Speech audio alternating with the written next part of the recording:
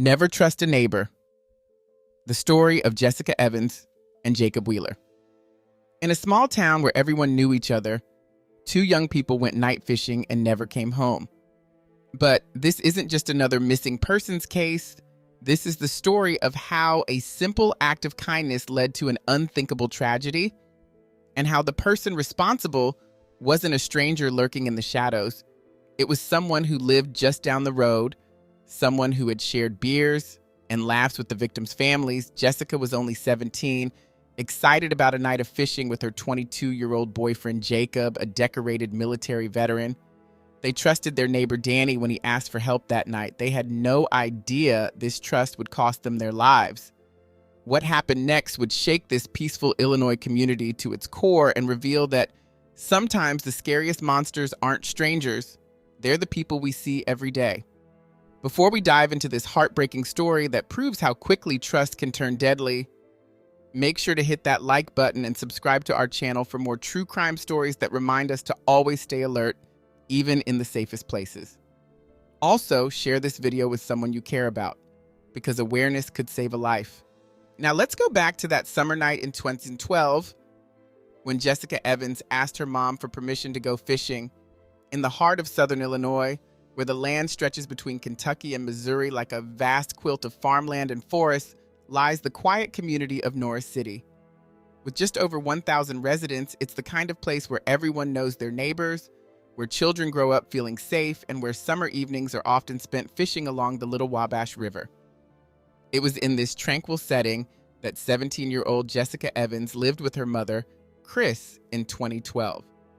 Their cozy house was a snapshot of small-town American life, complete with familiar routines and the close presence of family. Jessica's sister Megan and young nephew Miles lived just around the corner. That summer brought change to their quiet street when 22-year-old Jacob Wheeler moved in across the way, taking residence at his brother's house. Fresh from 3 years of military service in Iraq, Jacob carried himself with the quiet dignity of a returning soldier trying to find his footing in civilian life. A chance meeting at a local party sparked an unexpected connection between Jacob and Jessica. Despite their 5-year age gap, Jacob's gentle demeanor and respectful nature earned him the trust of Jessica's mother, Chris.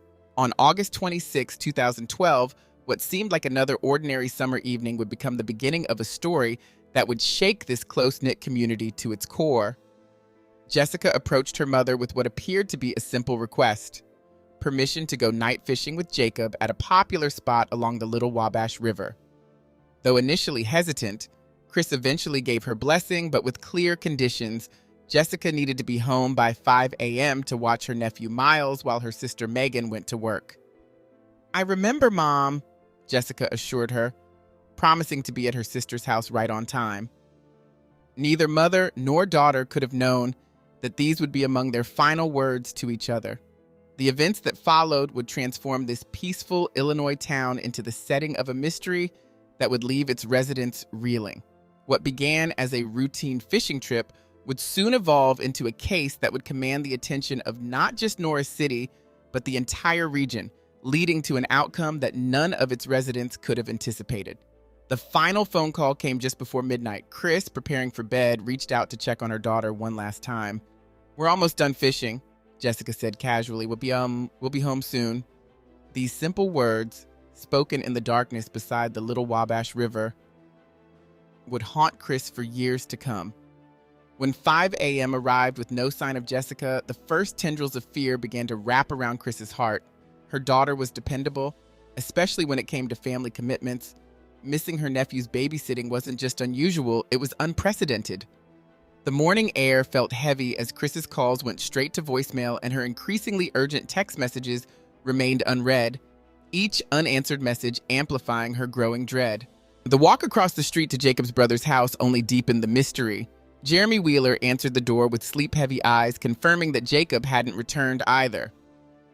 His casual response, "Jacob can take care of himself," stood in stark contrast to the mounting anxiety in Chris's chest. As the morning hours ticked by, scenarios both plausible and terrible began to play through her mind. A broken-down truck, a dead battery, an accident on those isolated gravel roads. By the time Chris contacted the White County Sheriff's Office, 12 hours had passed without a word from either Jessica or Jacob. Sheriff Doug Mayer received the call at home that Sunday night, his initial reaction colored by years of small-town police work. Young couples he'd seen before, sometimes just needed to get away, but protocol had to be followed, and he initiated the process to trace Jessica's cell phone, a procedure that could take precious hours. Meanwhile, deputies followed the family's directions to the fishing spot, navigating the winding gravel roads to one of the river's more secluded areas. At the end of a 50-foot overgrown path, they found evidence of recent activity: discarded packaging, the cold ashes of a campfire, the ground showing signs of visitors. But the scene was eerily pristine. No signs of struggle, no abandoned belongings, no trace of Jacob's pickup truck. The spot offered no answers, only more questions. The site's isolation suddenly seemed more ominous than peaceful. The dense trees that had provided privacy for countless fishing trips now felt like silent witnesses to whatever had transpired in those dark hours. Something had gone wrong here, but the clean, undisturbed scene gave no indication of what that might be. Sheriff Mayer had learned to trust his instincts over years of law enforcement, and initially, those instincts weren't screaming danger. The simplest explanation, that two young people had chosen to take off together, seemed the most likely. But when the cell phone records finally came through, they told a different story. The ping from Jessica's phone placed it squarely within range of the tower overlooking the campground area near their fishing spot. This single piece of data changed everything. If they'd run away, why would they leave an active phone behind? The sheriff's comfortable theory about young love and impulsive decisions began to crumble. Word of the disappearance rippled through Norris City like a stone dropped in still water. In a town where everyone knew everyone, speculation spread quickly. Some residents echoed the sheriff's initial thoughts about an impromptu adventure, but Chris remained adamant. Her daughter wasn't the type to vanish without warning, especially not with family obligations waiting. The cell phone's location near the fishing spot cast a darker shadow over the investigation. What had begun as a missing persons case was starting to feel like something more sinister. By the next dawn, the response had escalated dramatically. The White County Sheriff's Office mobilized a full-scale search operation, joined by neighboring law enforcement agencies and scores of local volunteers who knew every bend in the river and every trail through the woods. The search parties fanned out methodically across the terrain, their movements coordinated with the precision of a military operation. Jacob's family walked alongside Jessica's, their shared worry bridging any differences. But after 3 grueling hours, they had found nothing. No tracks, no personal belongings, and most puzzlingly, no sign of Jacob's pickup truck. The vehicle's absence was particularly troubling. Even in the worst-case scenarios, a truck doesn't simply vanish. The investigators pursued every angle. If this was indeed a planned disappearance, modern life would make it nearly impossible to vanish completely. They scrutinized bank records, looking for any transaction that might reveal their location. But the cards remained unused, the accounts untouched. Another red flag that contradicted the runaway theory.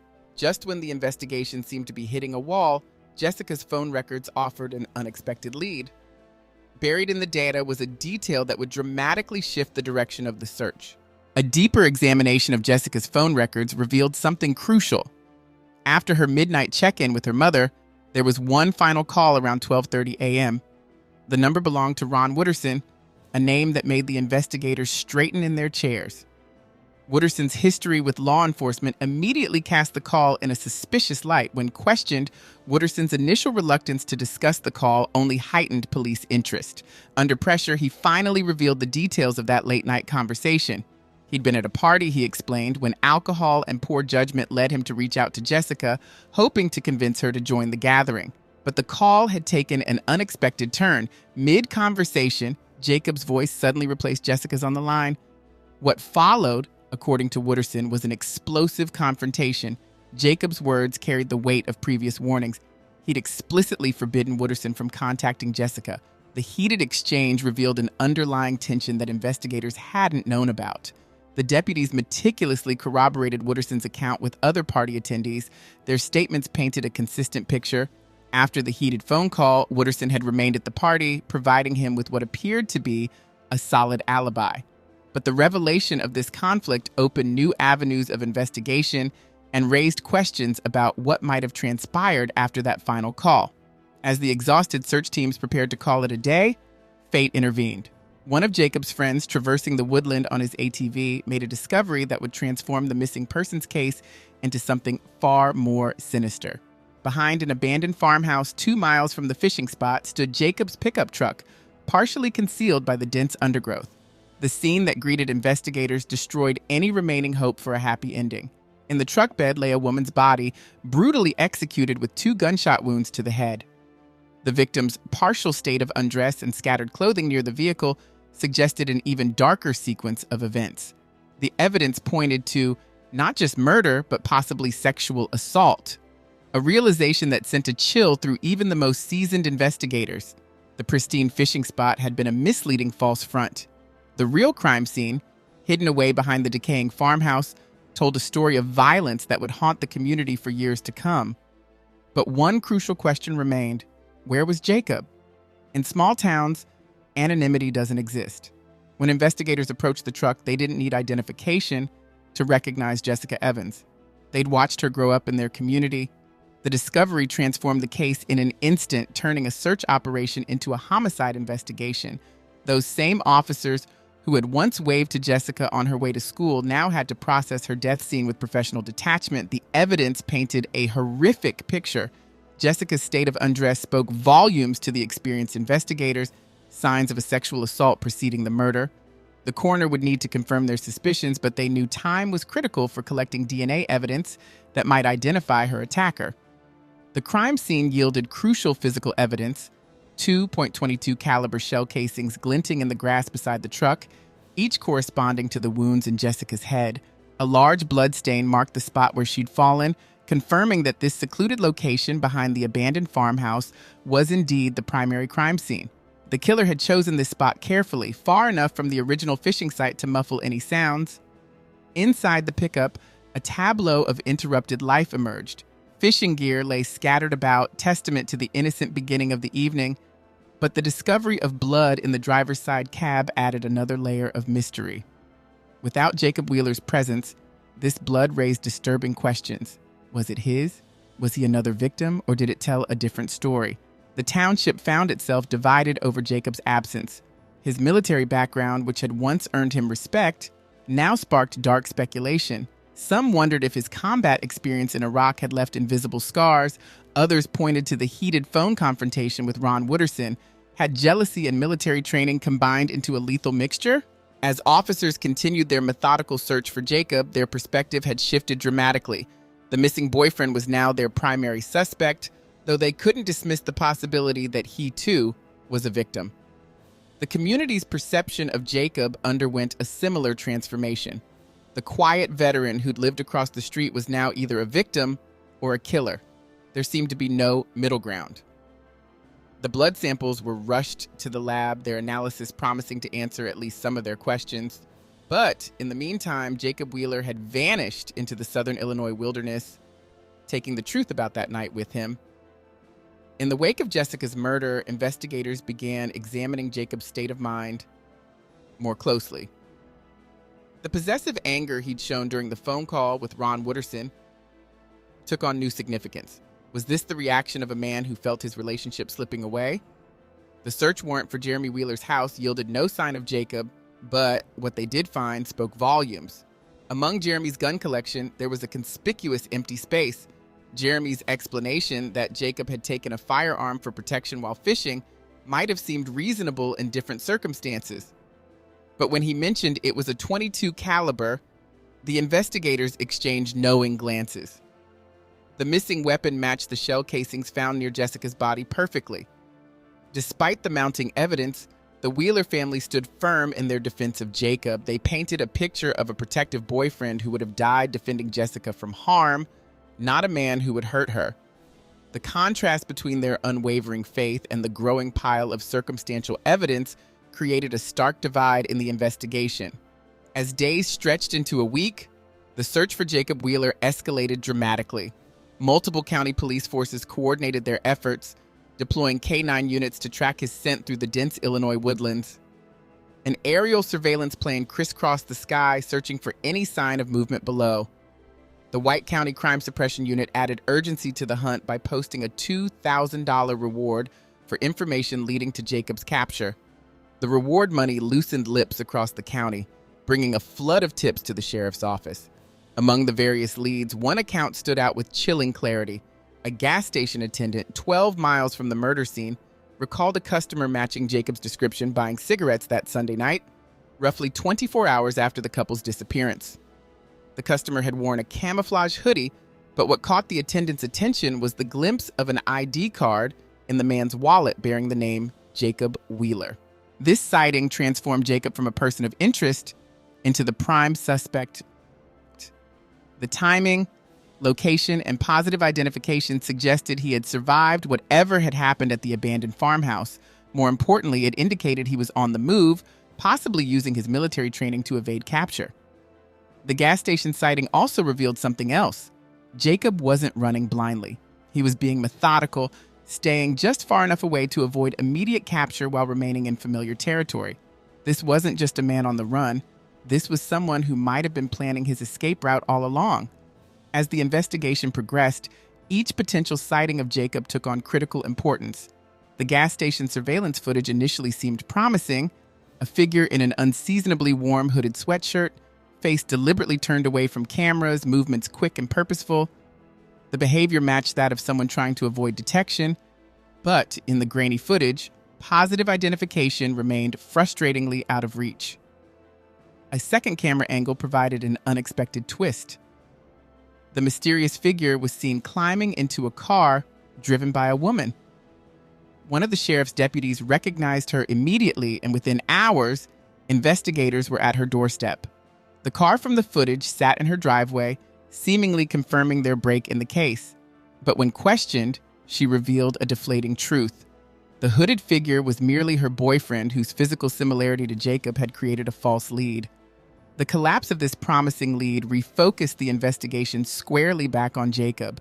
Suspicion fell heavily on his brother Jeremy, whom investigators believed might be harboring the fugitive. Night raids on Jeremy's house followed, tactical teams moving through darkened rooms, hoping to catch their quarry off guard, but each search ended in frustration, finding no evidence that Jacob had returned after that fateful night. Meanwhile, a parallel narrative was unfolding within the Wheeler family. Jeremy and his father, Harold, maintained an unshakable belief in Jacob's innocence, even as evidence mounted against him. Harold Wheeler, in particular, found himself in an unthinkable position, searching not for his fugitive son, but for what he believed would be Jacob's body. His conviction that Jacob was another victim, not the perpetrator, drove him to continue his own investigation. 6 days into the search, Harold Wheeler's dedication led to a crucial discovery. During his personal search of the area, he spotted something others had missed: car parts scattered through the woods just a quarter-mile from the original camping site. His call to Sheriff Meyer would prove to be a turning point in the investigation, though not in the way Harold had hoped. The discovery of these car parts hinted at a larger story, one that might finally explain what had happened on that August night. The location's proximity to the fishing spot suggested a connection that investigators couldn't ignore. The breakthrough came from an unexpected source: broken vehicle parts scattered in the woods. These weren't just any parts, but specific pieces that normally attach to pickup truck fenders. The scene told its own story. Broken branches, damaged bark, and deep tire tracks suggested someone had recklessly driven between the trees, their vehicle taking heavy damage in the process. One thing was certain: this wasn't Jacob Wheeler's truck. While the investigators couldn't be sure if this discovery was connected to Jessica's murder, in a case running cold, every lead mattered. Fortune favored them when they spotted a serial number on one of the parts. In today's digital age, this small detail would prove crucial. After running the number through their database, they identified the exact make and model of the truck. In a small community like White County, word travels fast. Deputy Johnson remembered seeing a similar truck around town. It belonged to Danny Costin, a 36-year-old local electrician. Danny wasn't your typical suspect. He had deep roots in the community, a clean record, and a reputation as a hardworking family man. No one had ever heard him raise his voice, let alone commit a violent crime. The investigation team decided on a direct approach. They found Danny at his workplace, his pickup truck sitting conspicuously in the parking lot. The damage was impossible to miss. It matched perfectly with the parts they'd found in the woods.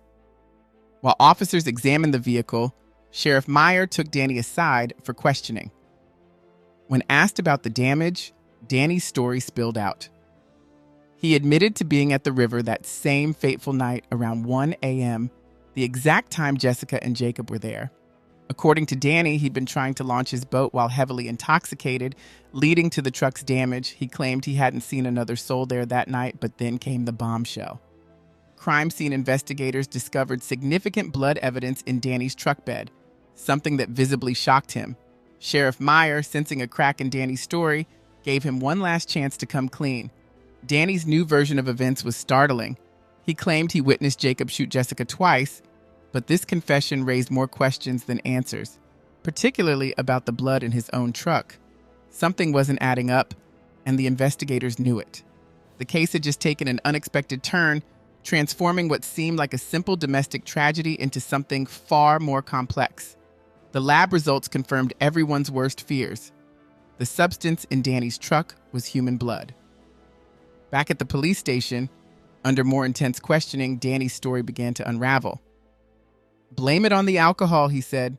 His new version of events painted a very different picture of that night at the Little Wabash River. According to Danny, when Jacob walked into the woods, Jessica allegedly began flirting with him. Danny's story took an even more surprising turn. He claimed that he and Jessica drove his truck to an old abandoned farmhouse 2 miles away, where they became intimate. But then, in what seemed like a scene from a movie, Jacob supposedly appeared out of nowhere in the darkness. Danny described a heated argument between Jacob and Jessica, culminating in Jacob allegedly shooting her. The story grew more complicated with each detail. Danny claimed that when Jacob turned towards him, fear took over. A struggle broke out between them, and in the chaos, the gun discharged, hitting Jacob. Danny insisted it was an accident. Panic-stricken and convinced no one would believe his self-defense claim, he made the fateful decision to load Jacob's body into his pickup truck and hide it. As Danny described the location of Jacob's body, seasoned investigators exchanged knowing looks. Something wasn't right. Jessica's character, according to everyone who knew her, didn't match Danny's description of events. The idea that she would suddenly leave with Danny, only to have Jacob coincidentally find them at an isolated farmhouse, stretched credibility to its breaking point. However, one crucial fact emerged. Danny had shot Jacob, confirming what Jacob's family had suspected all along. With Danny Costin behind bars, investigators turned their attention to locating Jacob's body. Following Danny's directions, they ventured down a dirt road deep into the woods. After an exhaustive 6-day search, they found Jacob's remains, a single bullet wound to the head, but the physical evidence told a very different story than Danny's version. The most damning contradiction came from Jacob's own truck. Investigators found Jacob's blood on the driver's seat and door, evidence that simply didn't fit Danny's narrative. If events had unfolded as Danny claimed, with Jacob shooting Jessica, then dying in a woodland struggle before being transported in Danny's truck, how did Jacob's blood end up in his own vehicle? The inconsistency was glaring, suggesting that Danny's entire story about Jacob killing Jessica was a fabrication. The blood in Jacob's truck became the key that unlocked the truth. When investigators confronted Danny Costin with the inconsistencies in his story, the facade finally crumbled. What emerged was far more chilling than his previous versions. That night, drunk and frustrated with his failed attempts to launch his boat through the dense woods, Danny spotted Jacob and Jessica. He approached them for help. Jacob, noticing Danny's intoxicated state, expressed concern but compassionately offered to drive him home. It was this act of kindness that would lead to tragedy. Jacob and Jessica got into Jacob's pickup truck, with Danny climbing into the truck bed. He was carrying a .22 caliber pistol, a detail that would prove devastating. Without warning or provocation, Danny made a decision that would destroy multiple lives. He climbed out of the truck bed, approached the driver's window, and fired directly at Jacob's head. Jessica watched in horror as the person she loved was murdered before her eyes. Her screams pierced the night as Danny dragged Jacob's lifeless body from the truck. During questioning, Danny struggled to explain his actions. "I don't know why I did it," he repeated, his voice hollow. What followed was even more horrifying. Terrified for her life, Jessica desperately tried to negotiate for her survival. "I'll do anything," she pleaded. Sheriff Meyer, handling this delicate part of the interrogation, carefully asked Danny about Jessica's words. Danny's response was chilling. She said she would do whatever I wanted. In a secluded location, Danny assaulted Jessica in the back of Jacob's own truck, interpreting her desperate attempt to stay alive as consent. Then, despite her continued pleas for mercy, he shot her. After placing her body in Jacob's truck bed, he drove to Wayne County to dispose of Jacob's body, scattering both his own gun and Jacob's weapon along the way. These weapons were never recovered, despite extensive searches. On September 4th, 2012, in a surprising turn, Danny Costin stood before the court and pleaded not guilty. He attempted to invalidate his confession, claiming he hadn't been read his Miranda rights. However, video evidence from the interrogation proved otherwise, and an appeals court quickly rejected his claim. The brutality of the crime shocked the community. What began as a simple request for help had turned into a devastating act of violence that destroyed 3 lives, Jacob and Jessica's through death and Danny's through his own inexplicable actions. The evidence against Danny Costin was insurmountable. Beyond his confession, forensic science told the brutal truth. Jacob's blood in his truck and his DNA on Jessica's body formed an unbreakable chain of proof. But the web of deception stretched beyond Danny himself. In January 2014, another player in this tragedy faced justice, 31-year-old Candace Brown, Danny's girlfriend, who had tried to protect him by providing a false alibi during the critical early stages of the investigation. The court showed little leniency for Brown's attempt to obstruct justice. Her sentence was comprehensive: 60 days in jail, 30 months of probation, 100 hours of community service, plus court costs and fines. Her punishment served as a stark reminder that even lying to protect a loved one carries serious consequences. Danny Costin's day of reckoning came on August 20th, 2013. The guilty verdict surprised no one, but his 53-year sentence sparked controversy. Judge Tom Foster made his position clear during sentencing. The punishment, in his view, wasn't enough. "You executed these 2 people," Foster declared from the bench, his voice heavy with contempt. "There is no forgiveness or excuse for that, not in this world or any other." The reduced sentence came only through a plea deal where Costin waived his right to a jury trial, and even then it was only accepted because the victims' families had agreed to it. For Harold Wheeler, Jacob's father, the verdict brought bitter vindication.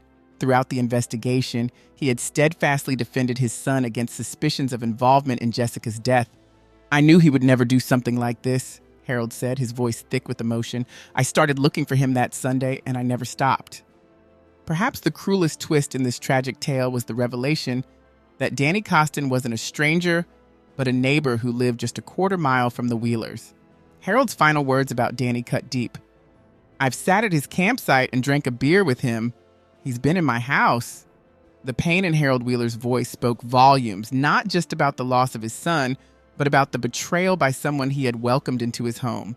The case serves as a haunting reminder that sometimes the greatest dangers don't come from strangers, but from those who live just down the road, share our communities, and even sit at our tables. 2 young lives were senselessly ended, families were shattered, and a community was left to grapple with the knowledge that evil can wear a familiar face.